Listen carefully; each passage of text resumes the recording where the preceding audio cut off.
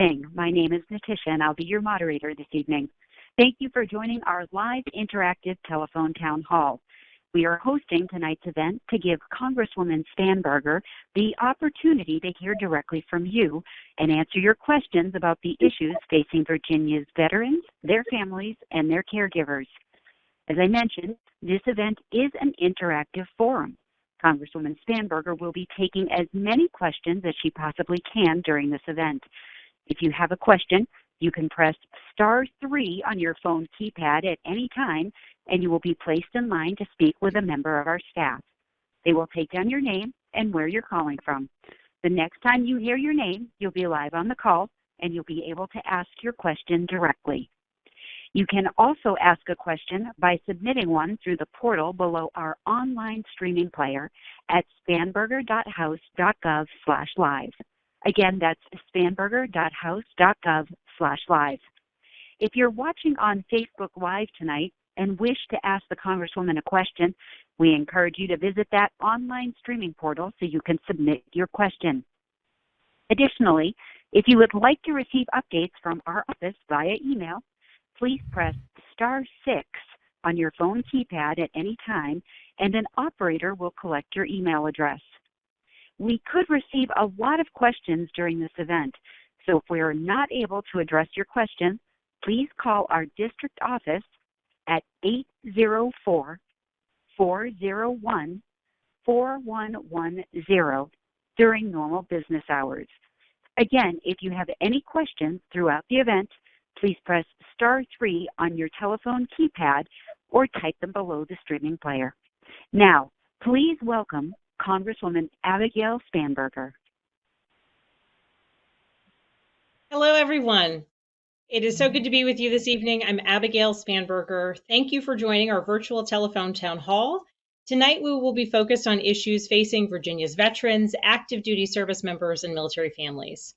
I want to begin by thanking all of you on the line who have served our country. Thank you for protecting our nation and its people.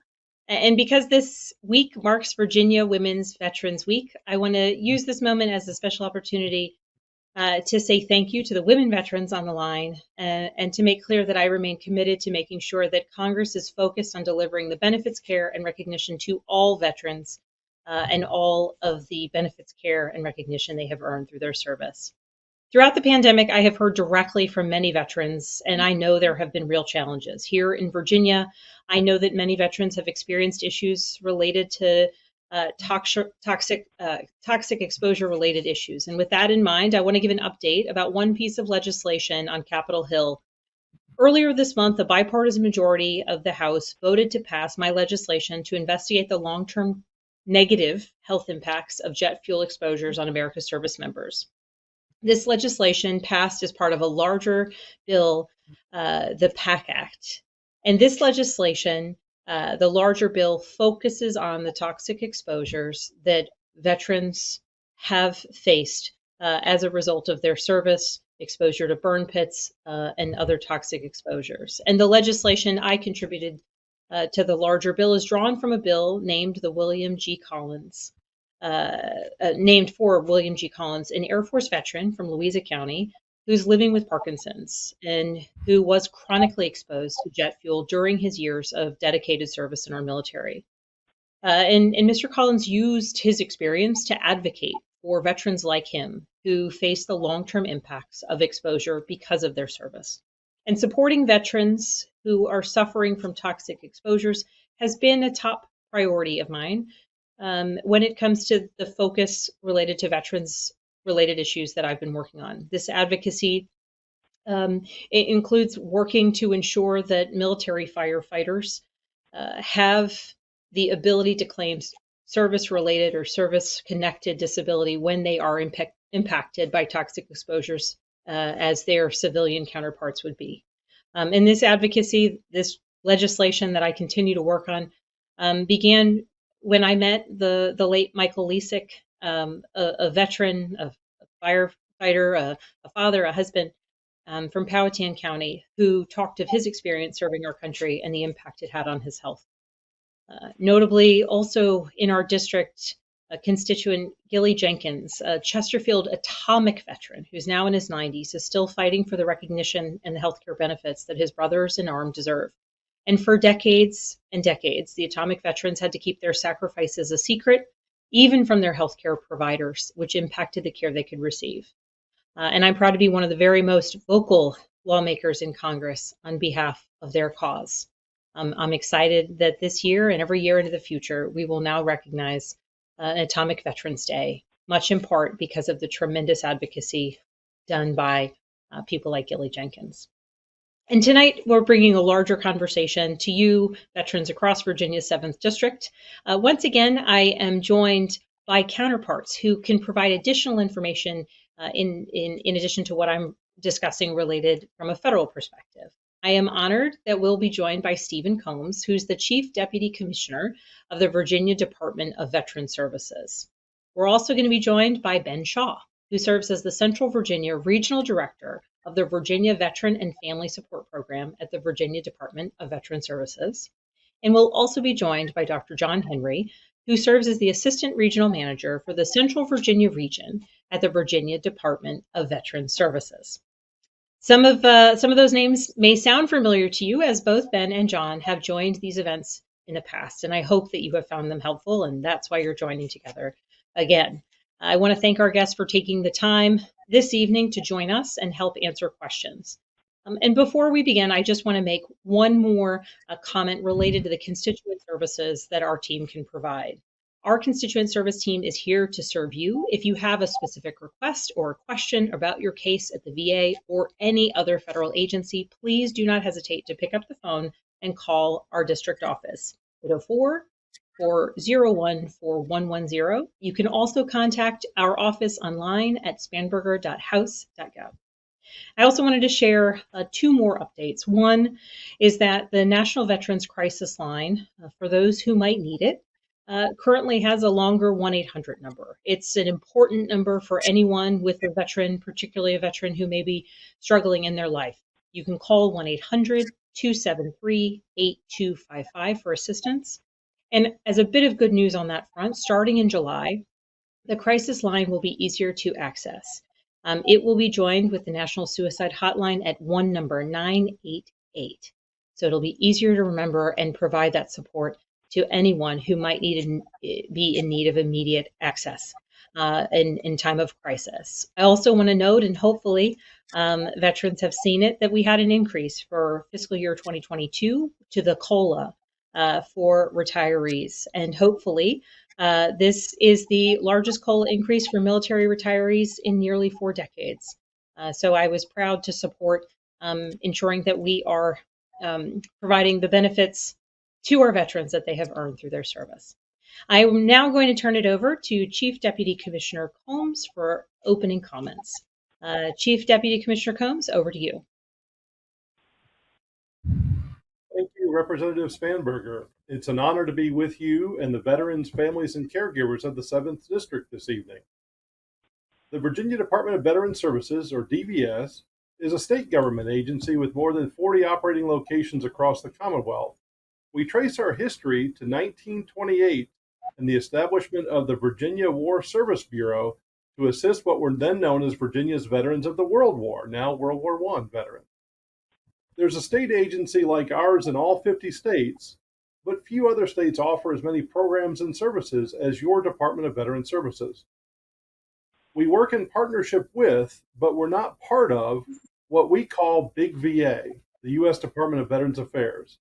We are your advocates and your linkage to the federal, state, and community benefits you have earned through service and sacrifice. DVS assists veterans and their families in filing claims for veterans benefits and provides veterans and family members with linkages to behavioral health, supportive services, and housing. And you'll hear more from Ben and John this evening. We want our veterans to stay, work, and thrive in Virginia, so we offer great education, transition, and employment programs. As Representative Spanberger noted earlier, this is Virginia Women's Veterans Week, that we celebrate the 3rd full week of March every year. And with over 109,000 women veterans, Virginia has the highest percentage of any state in the nation. and we've recently launched a new program to assist our military spouses. DVS operates state veterans homes, which we call Veterans Care Centers, in Richmond and Roanoke. The care centers offer inpatient skilled nursing care, Alzheimer's memory care, and short-term rehabilitation care for veterans. New Veterans Care Centers will open later this year in Virginia Beach and Fauquier County. DVS provides an honored final resting place for veterans and their families at state veteran cemeteries located in Amelia, Dublin, and Suffolk. And last, but definitely not least, we operate the Virginia War Memorial in Richmond, the Commonwealth's tribute to the almost 12,000 Virginia men and women who gave the ultimate sacrifice from World War II to the present. We are here to serve you. To learn more about all that we do and to find the DVS office nearest you, please visit dvs.virginia.gov. Again, that's dvs.virginia.gov. And be sure to sign up for our DVS e-news to receive announcements about services, events, benefits, and other opportunities of interest to the veterans community. Thank you again for the opportunity to be with you tonight and tell you a little bit about your Virginia Department of Veterans Services. Thank you so very much. I'd now like to turn it over to Ben Combs for a couple, Mr. Stephen Combs, to Ben Shaw to give opening comments. Representative Spanberger, I appreciate the invitation to do this again. It's great to see you. It's great to join your constituents. As a brief, introduction to what we do in Virginia Veteran and Family Support Program, we are a program within DVS.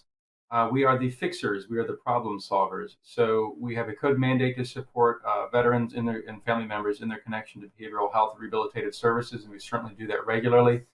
But we're a good place to start if someone has any questions related to stresses in their life, whether it be financial, housing, instability, or homelessness, difficulties in the relationships, difficulty with maintaining a stable job. We're a good place to start. If you just have questions about what's out there for me as a veteran or a loved one, immediate loved one or caregiver of a veteran, start with us. And whether it be something our service line directly addresses or something someone else in our agency can take care of, we will get you to the right people, right resources, and as best we can, make a person-to-person introduction between you and whomever can best assist you with your question or need. Representative, that's all I have. Thank you. Thank you very much. I'll turn it over to Dr. John Henry for his introductory comments. Good evening, Representative Spanberger.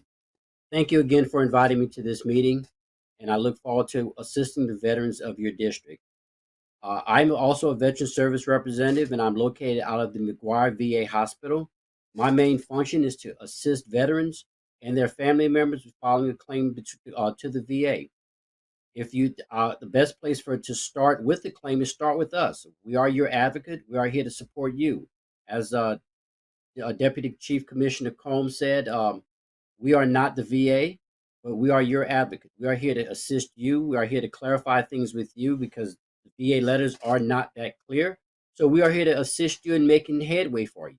If there's anything we can do for you, please reach out to us. That's all I have, Representative Spanberger. Fantastic. Well, then let's get started with questions. Okay, before we do that, just as a reminder, folks, this forum is interactive. Hear your questions. So if you have a question, you can press *3 on your telephone keypad at any time to get into the queue to ask that question. A member of Congresswoman Spanberger's staff will collect your questions. You can also ask a question by submitting one through the portal below our online streaming player at spanberger.house.gov/live. Again, that's spanberger.house.gov/live. If you're watching on Facebook Live tonight and wish to ask Congressman Spanberger a question, we encourage you to visit that online streaming portal so that you can submit your question. With that being said, we will go to the phones, and we have Joanne from Culpeper. Joanne, you're live. Go ahead and ask your question, please. Oops, sorry about that. Yes, hi. Good evening. My question is, my father is a vet, was in the service for 32 years. He's 84 years old, was in an accident in his house and ended up fracturing his back. He's not real capable of doing a lot of stuff online, and he has problems with confusion right now. My sister and I have been having an extremely difficult time trying to get information and help with the Veterans Administration, and in a reasonable amount of time or anything, I can't seem to get any information, even though I have the power of attorney or anything. It seems like I get stonewalled wherever I go. So I guess I need to find out why, if these benefits are so readily available for veterans, why is it so difficult to get the information that we need to be able to help our parents? Well, Joanne, I want to begin by thanking you for your father's service, and certainly thank you to you and your sister for working so diligently to get the support your father needs. First and foremost, please reach out to our office, be in touch with our office, 804-401-4110, and we can open a case to help you and your father directly, and make inquiries on your behalf to kind of track through the system the challenges that you all may be facing in dealing with big VA. But I'll open it up to the other gentlemen on the call if they'd like to provide any additional information of what resources might be available here in Virginia, in addition to our casework support through, as you contend with the VA, what their services might be. Ma'am, I'll take that one first. With the VA, although you do have a power of attorney, if you do not have third-party authorization, the VA will not talk to you because of HIPAA regulations. So all you'd have to do is, if you'd like our assistance, we do have an office in Charlottesville who will be more than happy to help you complete that third-party authorization and get it submitted to the VA on your behalf. Once they do that, they can also be able to see your father's records, and they can actually assist you with any guidance or give you any guidance you need, or further assist you with any claims you may want to submit, or even let you know what other avenues you can take. That's all I have, ma'am. Thank you so very much. And Joanne, we'll follow up with you. Our team will collect your information and make sure that you're connected with John and also with our team. Representative, if I may Great, make thank you one for the. I apologize. Yes, go ahead, Ben. Everybody. So one thing I'll quickly note is there's actually kind of two arms to this. There is a benefits arm, which is VBA, and there's also VHA, Veterans Health Administration arm, and it can be confusing to know who you're talking to and which questions to ask the right people. John Henry can certainly help you, and his team can certainly help connect with the benefits, get a definitive rule in of what's available versus what's not. And we may also be able to assist in determining what elements of VA healthcare are available or not. And they're not necessarily a favorable answer, ma'am, but they will be definitive so you know what direction to go. Should I keep trying this and keep working on it, or should I just move on and try something else? We can help you determine that. Very happy to do so. Thank you, Ben. Great, thank you. Our next caller is Victoria from Chesterfield. Victoria, you're live. Go ahead and ask your question, please. Hi.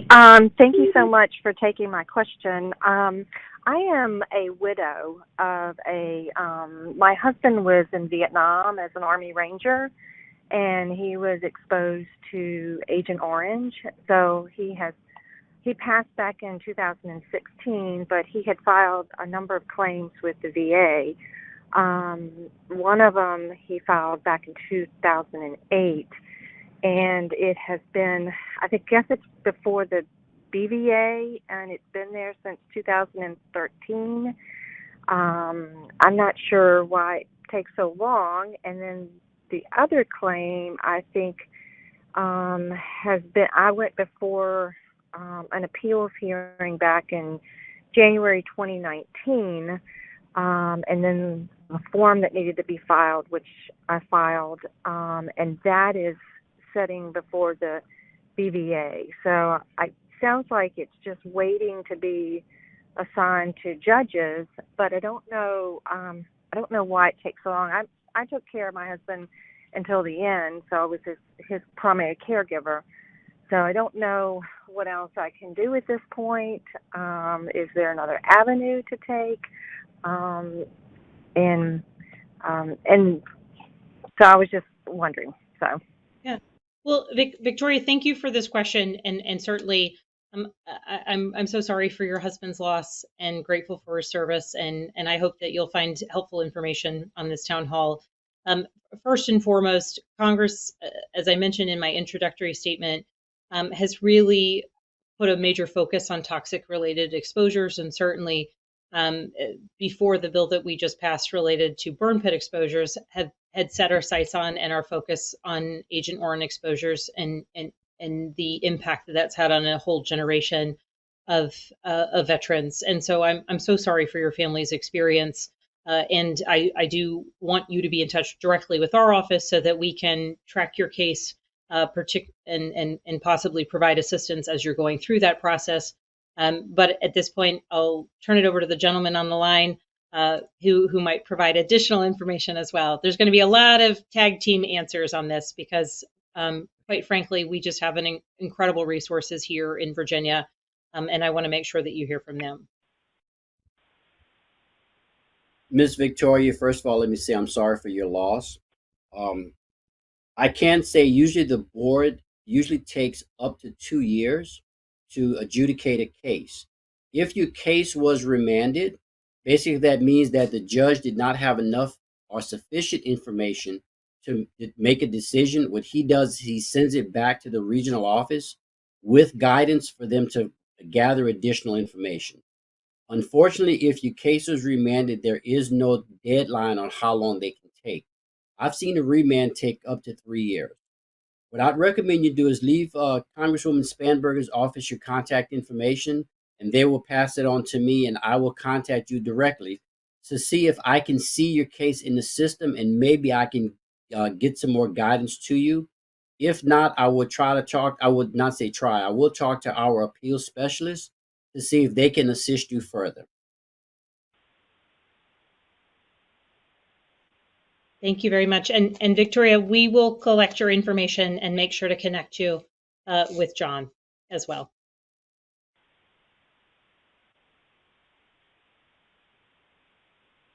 Okay, great. Our next caller is Joseph, Pennsylvania. Joseph, you're live. Go ahead and ask your question, please. Hello, Representative Spanberger.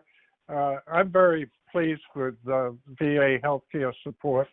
As an 81-year-old veteran, I'm experiencing severe mobility problems. But based on my problems and experience, I have a suggestion rather than a question.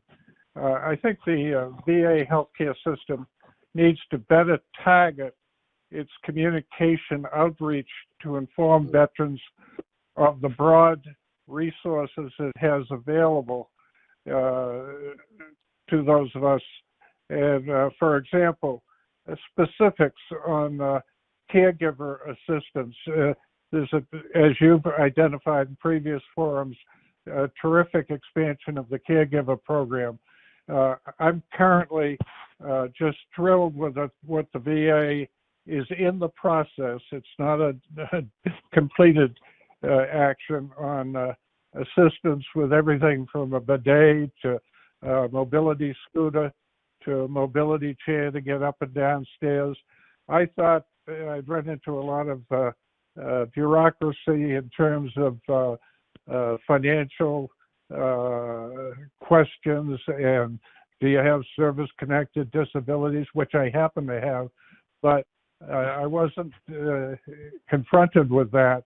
It was based on need. I looked at my health situation, said, yes, we agree, you need this and you need that.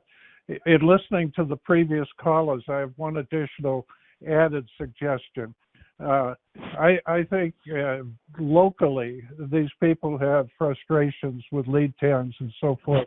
If they contact their local Disabled American Veterans, American Legion, VFW, there are some very capable, experienced service officers certified by each of those organizations who will tenaciously look into issues that get inordinately delayed. That's all I have to say.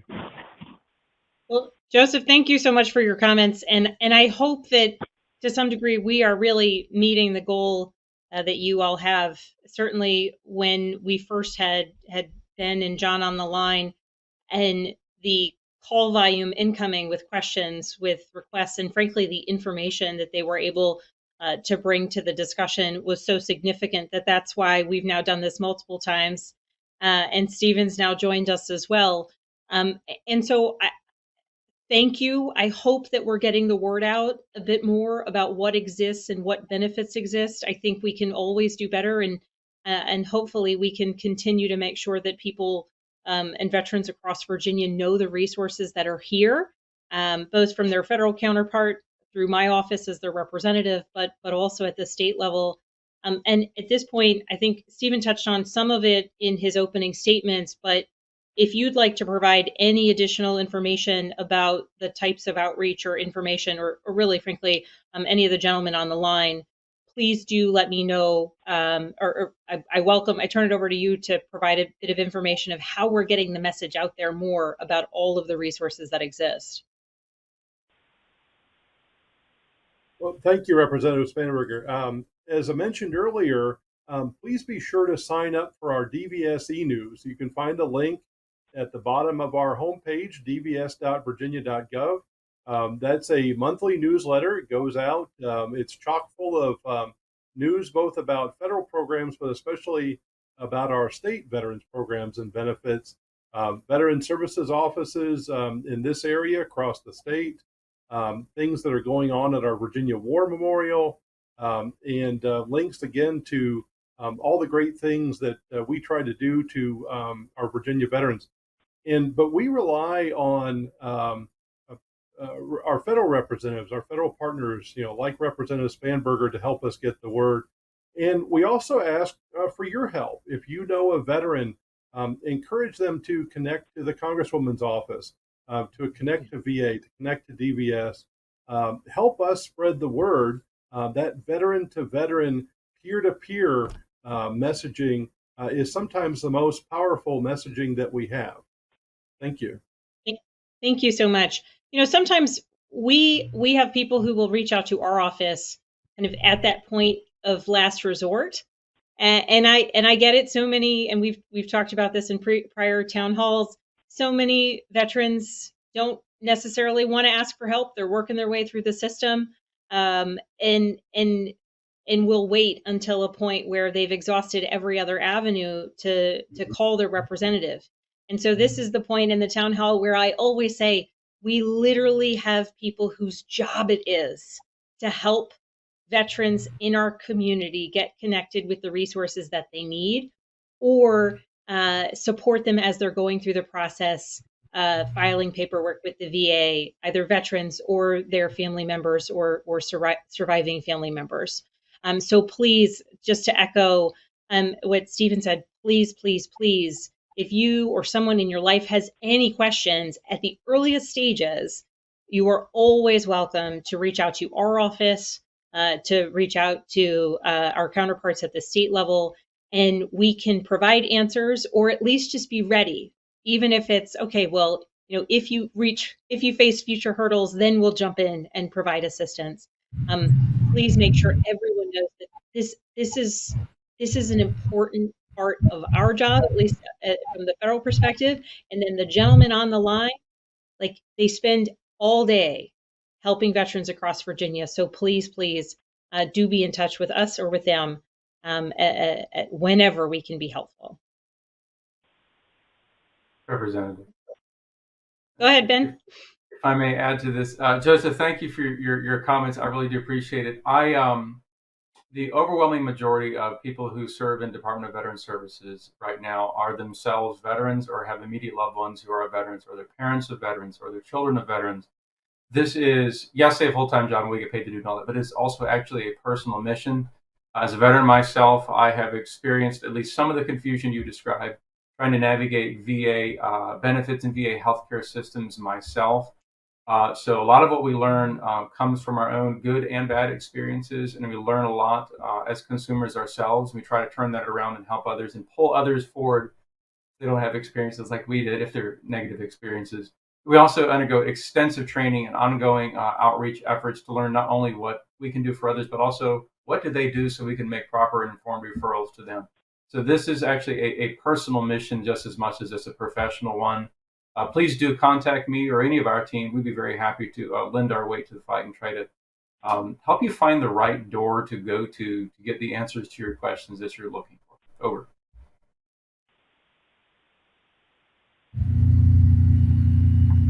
Great. Thank you so much. Our next question comes in online from John. He asks, when will retired military personnel receive a comparable cost of living increase compared to previous years? There have been low to no increase in previous years. John, well, I am quite pleased to be able to report that there was a cost of living increase of 5.9% for fiscal year 2022. And so that should have gone into effect with your first payment in early 2022 in January. So that should already be reflected in the payments that you are receiving. If you have not noticed a difference, or if you have any problems and suspect that perhaps there might have been an issue with the cost of living adjustment, the COLA, please be in touch with our office. But really, truly, it is pretty important to note that this is the largest cost of living adjustment kind of year over year that we've had for our military retirees in decades.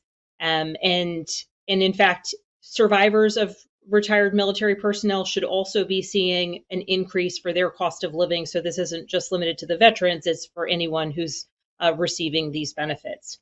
If anyone has any questions about that in addition, or think they may not be seeing it in their payments, please be in touch. But that was something that was effective. It should have been effective the beginning of this year. So you should have seen the change in your first payment. I think if there's nothing else to add, we'll go to the next question. Okay, great. Thank you. Our next caller is Joshua. Joshua, you are live. Go ahead and ask your question, please. Good evening, everybody. Thank you for having me on. I'm going to try and read this from my little bullet points because I have a traumatic brain injury, so it can I kind of get confused sometimes. I've got basically two things, and then one additional, if it's okay to ask. So I was wondering if you could touch on new VA policies and the new VA laws that are being proposed. I've tried researching it and reading about it, and it's a lot to go through, especially for just, some lowly educated military veteran. And the way I understand it and look at it is, for example, I'm Marine Corps infantry. I've been to Fallujah, Iraq twice. I've got a Purple Heart from a grenade blowing up in my feet, traumatic brain injury, PTSD, etc. So in my TBI, I've got, chronic headaches and these other issues, the ringing in the ears, which probably almost every military service member has. But under the new proposal, it talks about, and this isn't word for word, but for example, for easy following, let's say a veteran from last year gets rated at 50% for X issue.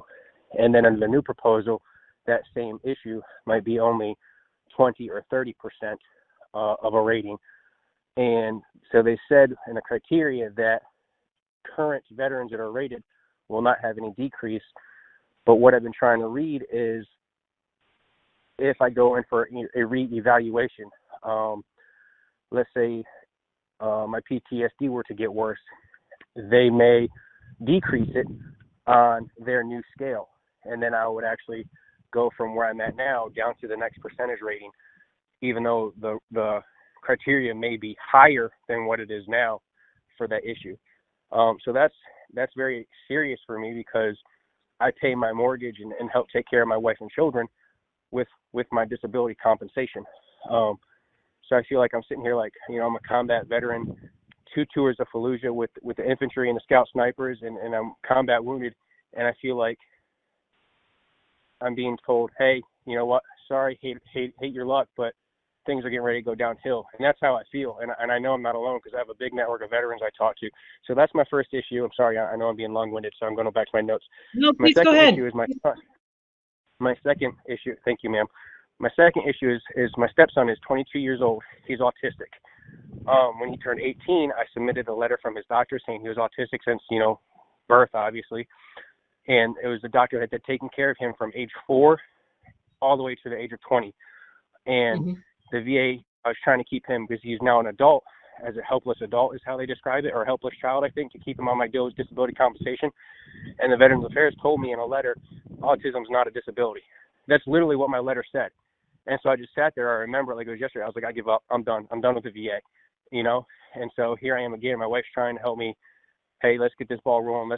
Let's get this back to what you need it to be and go back to the VA. So I started going back to the doctors and stuff. But something like that, like if there's somebody I can talk to, like you tell me an autism is not a disability.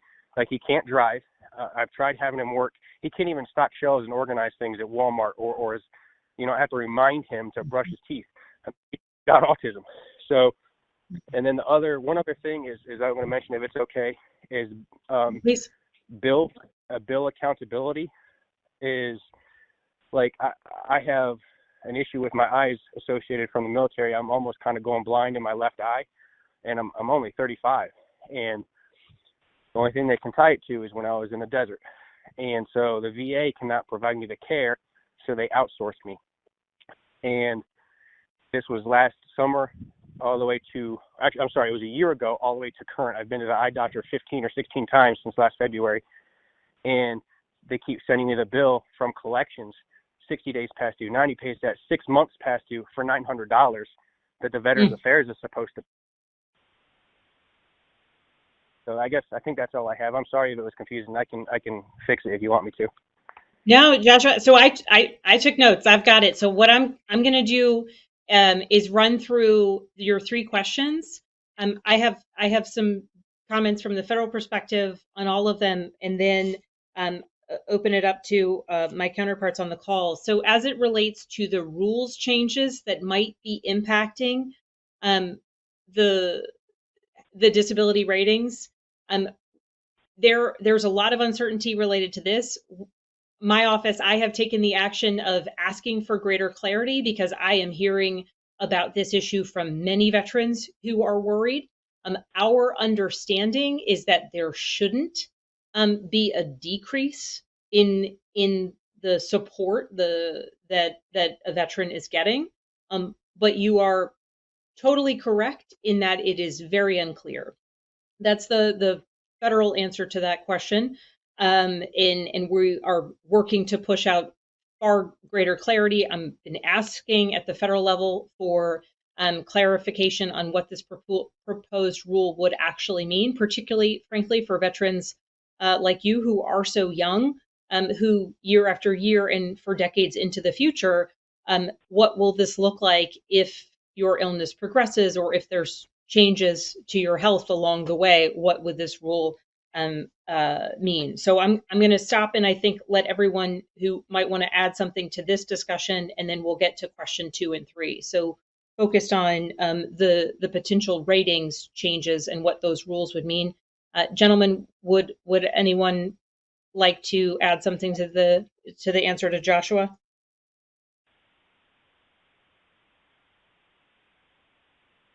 Related to TBI? I'll comment on TBI. Hey, Joshua, fellow Marine here. I did my time in Iraq as well. I was probably slightly to the south of you when you were over there with your unit. In any case, whether it relate to the benefits piece of this or the other elements you brought up, I'll just go ahead and say it all now, which is very simply, please call me, call our team, whether it be the benefits piece of this or navigating VA healthcare, or just making sure you have a strong advocate in your corner. We would love to support you. We'd love to help you and make sure that you're getting access to everything you can get access to. And again, there's benefits pieces to that. There are healthcare pieces to that. There's just life pieces to that, having older children. And as they get older, their needs change and your relationship changes and so forth. We would love to support you in all of that. So please keep our numbers. I'm sure you're going to get them by the end of this call. We would love to chat with you. Over. Excellent. Thank you so much. And to comment on the discussion related to your son and his needs and the challenges you're facing with the VA, again, my office, my team, I am happy to assist you on this issue. And certainly you heard from Ben that his team and office can assist you as well. And as it relates to the paperwork and the billing that you're receiving from your eye-related appointments, again, this is something that we can help you with as you work through the system, as can my counterparts on the call. So we'll make sure that we have your information, Joshua, and we'll coordinate and connect you with all of the different groups and folks who can be supportive and helpful as you're working through these three separate issues. But thank you for calling in. Thank you for your service. And particularly related to the ratings question, thank you for raising that, because I'm getting many phone calls about that from veterans. And so giving the opportunity to discuss that, let people know that it's not in the final stages. There's a lot of confusion. And I am very aware of the worry that the confusion is creating, and we're working to get answers. But if anybody wants to be in touch with their particular concerns related to their particular illness, please be in touch with my office. Great. Okay, we're going to head back to the phone. And our next question comes from Richard. Richard, you're live. Go ahead and ask your question, please. Representative, thank you very much for offering this forum for your constituents to reach out to you. It's really incredible. I'm an old veteran of the Marine Corps. I'm in my 46th year, both military and civilian, 20 as a Marine and the balance of the 46 as a civil servant. My question is, have you any interest, or is there any interest in Congress in general at taking the educational benefits that veterans prior to 2013 and reinstating those benefits for people who lost them because they were busy raising families, didn't have time to go to college, and after 10 years, those benefits went away?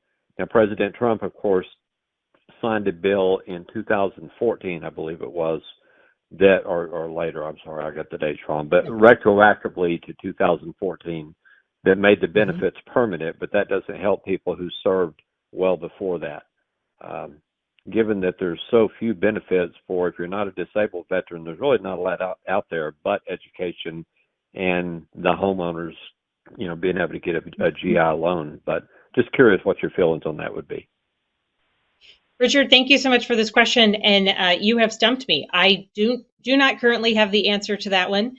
I serve on the Foreign Affairs Committee, and I serve on the Agriculture Committee.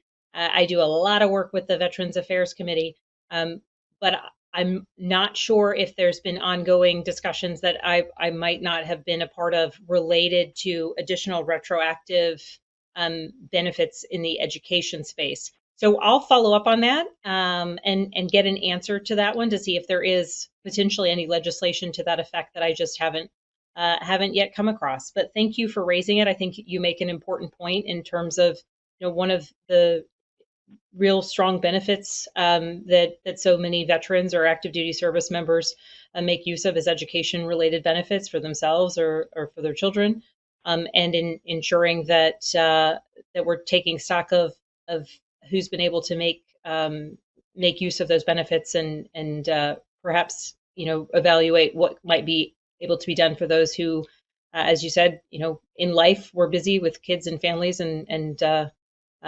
may have lost those benefits. So I'll follow up. We'll put something out on social media for anyone who's keeping up. But Richard, we'll follow up with you directly once we dig into that question a bit more. I think it's basically a federal question, but I will look over to my counterparts if anybody wants to add anything. And seeing no takers, actually, yes, please go ahead. Congressman, I'll just add very quickly that we'll be glad to help you research that and to dig into Richard's question. One of our DVS functions is a partnership with the VA to certify the GI Bill programs of instruction here in Virginia, so veterans and their dependents can use their GI Bill benefits. So some of our team members, I'm like you, I'm stumped on this one, but some of our team members may be aware of some impending legislation or a way around this, so we can help you get an answer to Richard's question. Perfect. And Richard, that was Chief Deputy Commissioner Stephen Combs of Virginia Department of Veteran Services. So we will be working in tandem on that question. Okay, great. Thank you. Just as a reminder, folks, we would love to take questions this evening. So if you do have a question, you can press *3 on your telephone keypad at any time to get into our queue to ask a question. You can also ask a question by submitting one to the portal below our online streaming player at spanberger.house.gov/live. Again, that's spanberger.house.gov/live. If you're watching on Facebook Live tonight and wish to ask Congressman a question, we encourage you to visit that online streaming portal.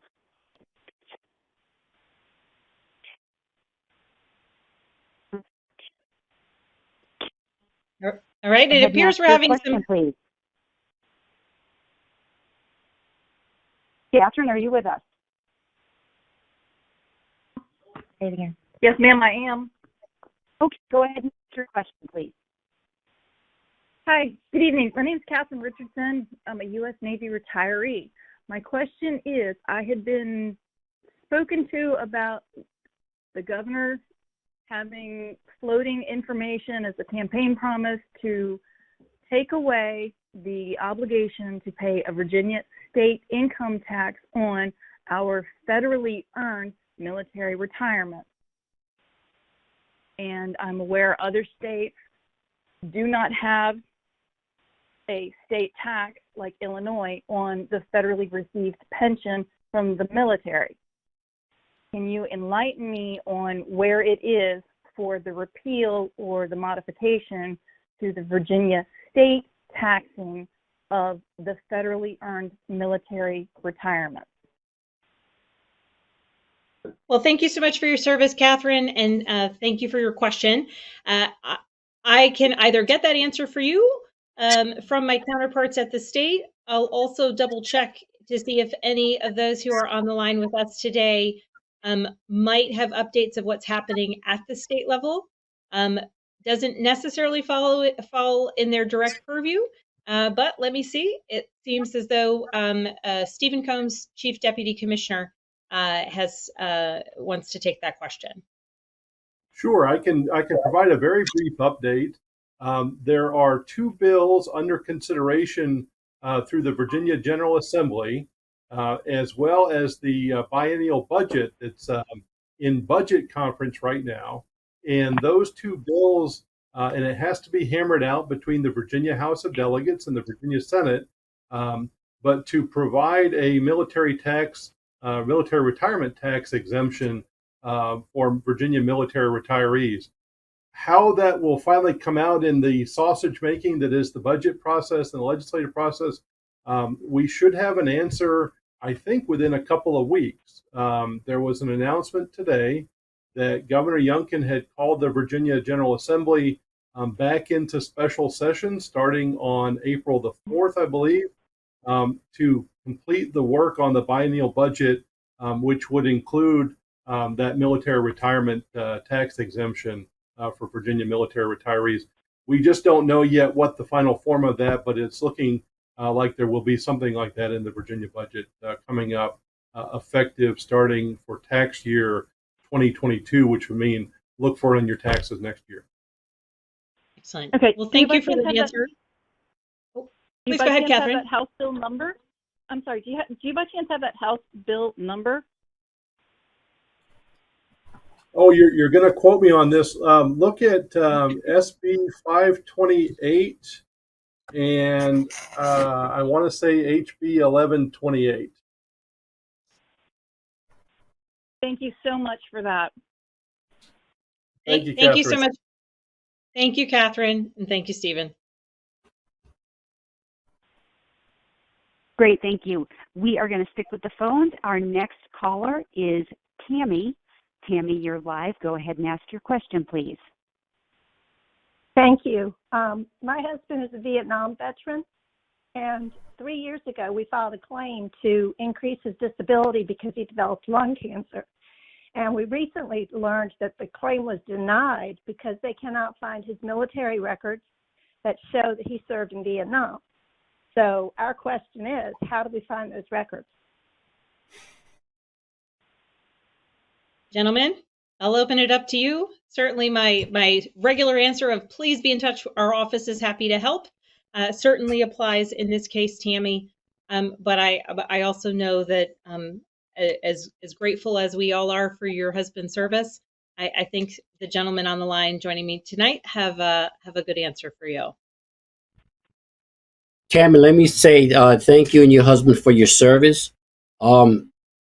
They to have that claim relooked at, you really don't need his military records to put him in Vietnam. The only thing he would need to do is write a statement of where he was, the unit he was assigned to, and any other information he can provide, like he served on in the DMZ from this time to this time. He was assigned to this particular unit. What the VA is going to do is going to trigger them to research that unit. Also, if he has any, or if you have any letters that he wrote to you from Vietnam, all you have to do is provide copies of those letters with the return address. That also puts him in Vietnam. The bottom line is, we have to put him in Vietnam during the war in the hot zone. Our office will be more than happy to help you. So if you don't mind leaving your contact information with Representative Spanberger's office, I'll be more than happy to reach out to you to talk to you a little bit more about it and to see what we can do to assist you. Thank you, ma'am. And Tammy, that was Dr. John Henry with the Virginia Department of Veteran Services, and we can connect you with him as well. Great, thank you. Our next caller is Richard. Richard, you are live. Go ahead and ask your question, please.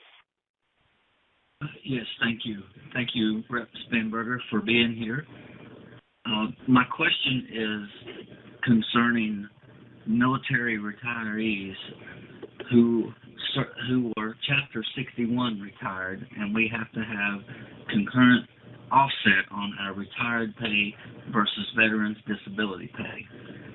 There are several bills, H.R. 333 and the Major Richard Starr Act. I'm wondering, will those go before the House to make this permanent that Chapter 61 retirees can receive both their retirement plus VA disability?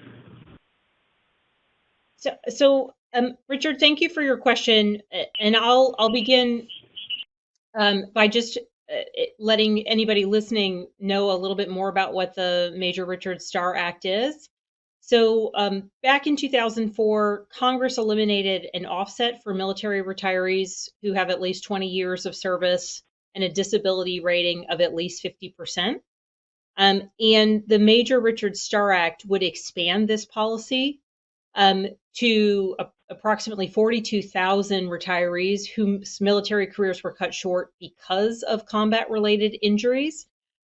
So, you know, and basically this is an issue of fairness that certainly so many of these individuals would have continued a full 20-year career if not for the combat-related injuries that they experienced. This bill now has more than 200 co-sponsors in the House of Representatives. It is bipartisan. I am a co-sponsor of this legislation, and it is currently been referred to the House Veterans Affairs Committee.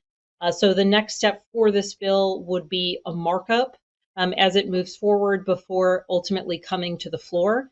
In terms of timelines, I don't know how quickly this bill could move forward. I think what I would note is it has more than 200 co-sponsors, which is an extraordinary number of people in support, on record supporting this legislation. And it also is meant to build upon prior congressional action, and in my opinion, kind of correct a little bit of a hole in that original legislation that impacts those who have whose military careers ended because of a combat-related injury. So I'm happy to follow up with you directly to speak about this legislation a bit more in detail, get some answers from the House Veterans Affairs Committee about whether or not they may be bringing it up for a vote in the committee anytime soon, and give you a pretty specific answer on that, Richard. But I do appreciate you raising this piece of legislation on the call because it is a really important one and certainly impacts tens of thousands of veterans across the country. But we'll follow up once we have a little bit more of a timeline from the committee related to this specific piece of legislation. And as that one's all federal, I will turn it back to the moderator. Again, thank you, Richard, but turn it back to the moderator for our next question. Great, thank you.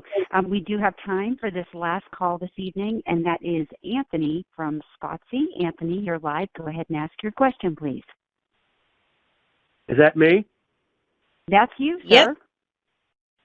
Thank you for this opportunity. Okay, I'm a 100% disabled veteran.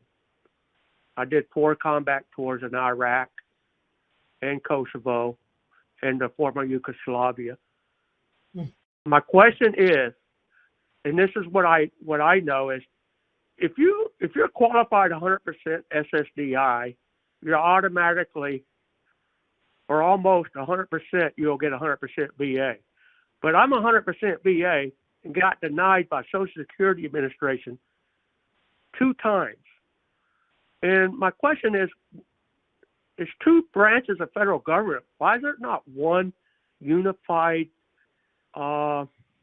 doctrine in place to cover the veterans, whether they are Social Security or VA disabled? Thank you so much for this opportunity. And this is my 5th time calling in 2 years. Well, thank you so much for the question. Certainly, thank you for your service in so many different places. I have a little bit of an answer from a federal perspective, but I'll turn it over to my counterparts first if anyone would like to add anything before I speak from a federal perspective on this one. All right, well, I'm going to continue on the federal perspective.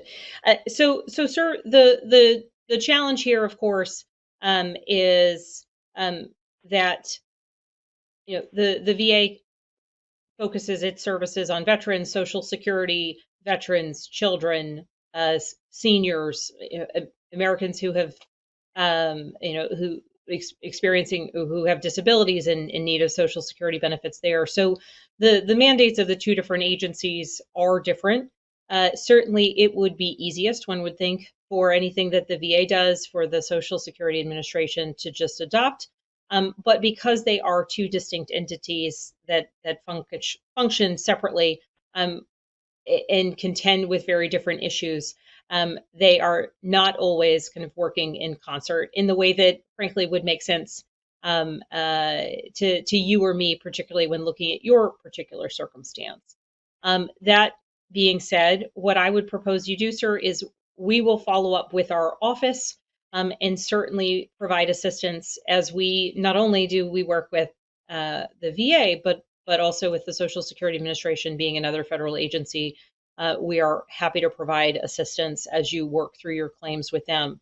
Certainly, it's not uncommon. We have had similar experiences where a veteran who is entitled to a variety of benefits within the VA system also has family members who are entitled to certain benefits or themselves are entitled to certain benefits within the Social Security system. And sometimes there are hurdles translating between the two entities. So for you in particular, we'll follow up and provide the support that we might be able to render. But for anybody else who's experiencing a similar challenge, again, my office is here to help you, to serve you. And certainly when we're looking at the challenges that people are facing with the interrelated challenges or a cooperation of 2 agencies, we're happy to bridge that gap and certainly make sure that you're getting what you need and, frankly, what you've earned from all federal agencies involved. And thank you again for your service. Thank you for that question. Congresswoman, any closing remarks for the evening? Well, I want to again thank our guests. Again, tonight we were joined by Ben Shaw, who's the Central Regional Director for Virginia Veteran and Family Support Program, Dr. John Henry, who's the Assistant Regional Manager for the Central Virginia area of Virginia Department of Veteran Services, Stephen Combs, who's the Chief Deputy Commissioner for the Virginia Department of Veteran Services. And what I hope that any of our listeners on the line today heard is that at the state level and at the federal level, we have a coordinated response and, frankly, a coordinated focus on making sure that Virginia's veterans are getting the support that they need and the benefits that they've earned. So for anyone who we spoke to directly, we'll be making sure that we're facilitating the contact between the gentleman on the line and our office. And for anyone who was listening at home, if any of the services that we've talked about might be of help to you, please be in touch with my office. And before we close out, I would say please sign up for my newsletter, which is available at spanberger.house.gov. We provide really valuable information regularly, spanberger.house.gov. And before we end for the evening, I'd like to pass it back to Stephen Combs, the Chief Deputy Commissioner for Virginia Department of Veteran Services, for him to again remind us of what their newsletter address is and provide any final comments he might want to add. And again, Ben and John, thank you for having joined us so many times in the past and providing so much valuable information to the people of Virginia's 7th District. And Chief Deputy Commissioner Combs, thank you for joining us today. And I'll turn it over to you if you have any closing remarks, but certainly I know everybody wants to get that newsletter address again. Sure, and thank you so much, Representative Spanberger. That address again is DVS Delta Victor Sierra .Virginia spelled out .gov, dvs.virginia.gov. We're here to help you again with your state veterans benefits and how we work in partnership with the Congresswoman's office and the big VA, dvs.virginia.gov. Thank you so much for allowing us to be a part of tonight's town hall. Thank you so much. And to all the constituents who've joined, thank you so much. Everyone stay safe. And gentlemen, thank you for bringing your knowledge, your passion, and your commitment to Virginia's veterans to this town hall tonight. As always, the information has been incredibly valuable, and I hope that it's been helpful to those who've listened. So again, thank you for your time, and thank you for all of your service, past, present, and future. Great. Thank you, Congresswoman. We are coming to the end of our live event this evening. Thank you for taking the time to join us for this important veteran-focused telephone town hall with Congresswoman Abigail Spanberger. We appreciate the opportunity to answer your questions.